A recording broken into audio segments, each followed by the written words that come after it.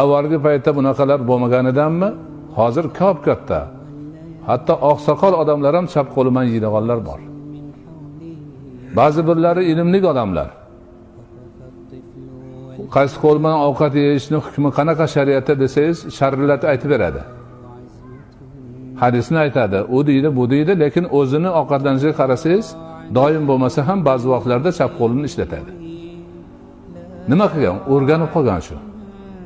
O'rganib qolganidan kallasida ilm bo'lsa ham, bu yog'ida ishlatish esidan chiqib qoladi. Men o'zim bir necha shaxslarni bilaman. Bir necha marta o'zlariga aytdim, mana shu ishni qilyapsiz, bu sizdan chiqib qolgan ishlar kerak. Ha, to'g'ri deydi. Yana 1 yil, 2 yildan keyin qarasam, yana shuni qilishayotgan bo'ladi. Chunki yoshi o'tib qolgandan keyin o'rganib qolgan narsasini tark qilishi juda qiyin bo'lib qoladi.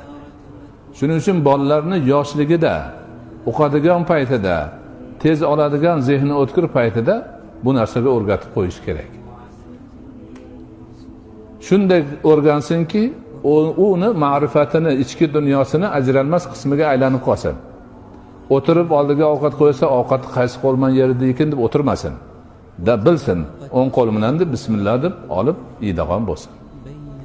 Ana o'zini oldidan yeyish odob, birovni oldidagi bir idishda bo'lsa, ovqatga o'tib birovni oldidan olmaydi, o'zini oldidan olsin. Keyin yana hadislarda borki, o'sha past tarafidan olsin, tepadan ham olmasin. Chunki ovqatning barakasi tepasida bo'ladi. Pastidan yeb borsa, hamma baraka hammaga bir xil tarqaladi. Bu ham hadislarda kelgan.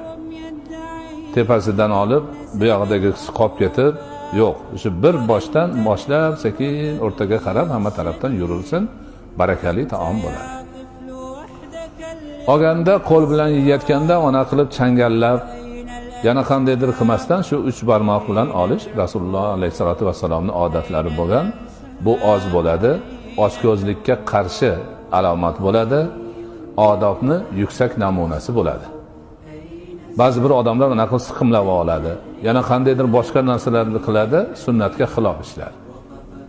Ana oz-ozdan olib, og'ziga solib, yaxshilab chaynasin, chala qilmasin, shoshilmasin.